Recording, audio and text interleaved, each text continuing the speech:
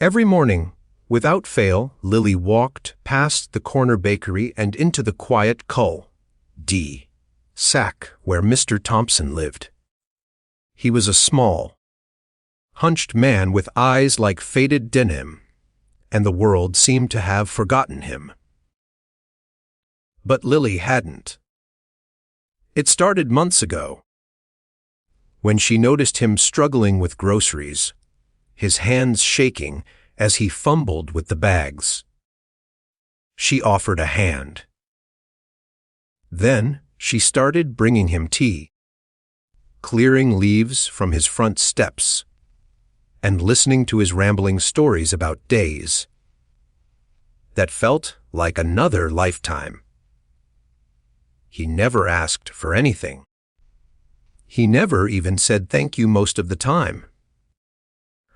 But she didn't mind. There was something about his quiet resilience that made her feel like her small gestures actually mattered. Then one Friday afternoon, everything changed.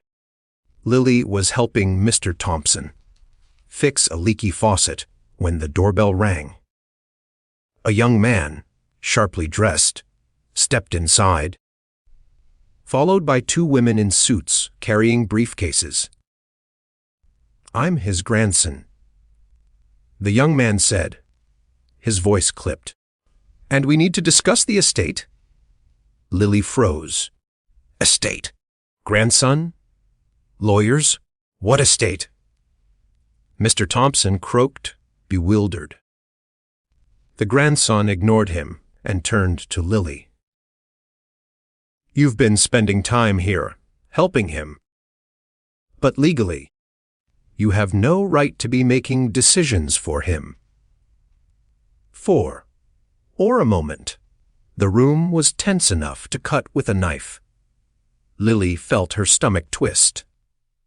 Not for herself, but for Mr. Thompson. She had thought he was safe in her care, in her world of little routines. And now, strangers had stormed in, bringing paperwork and protocols that threatened to dismantle everything. But then, something unexpected happened. Mr. Thompson looked up at her with a mischievous glint she hadn't seen in years.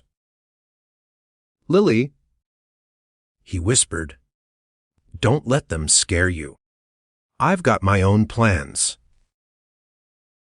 In the next hour, Lily watched him transform from a frail old man into a force to be reckoned with.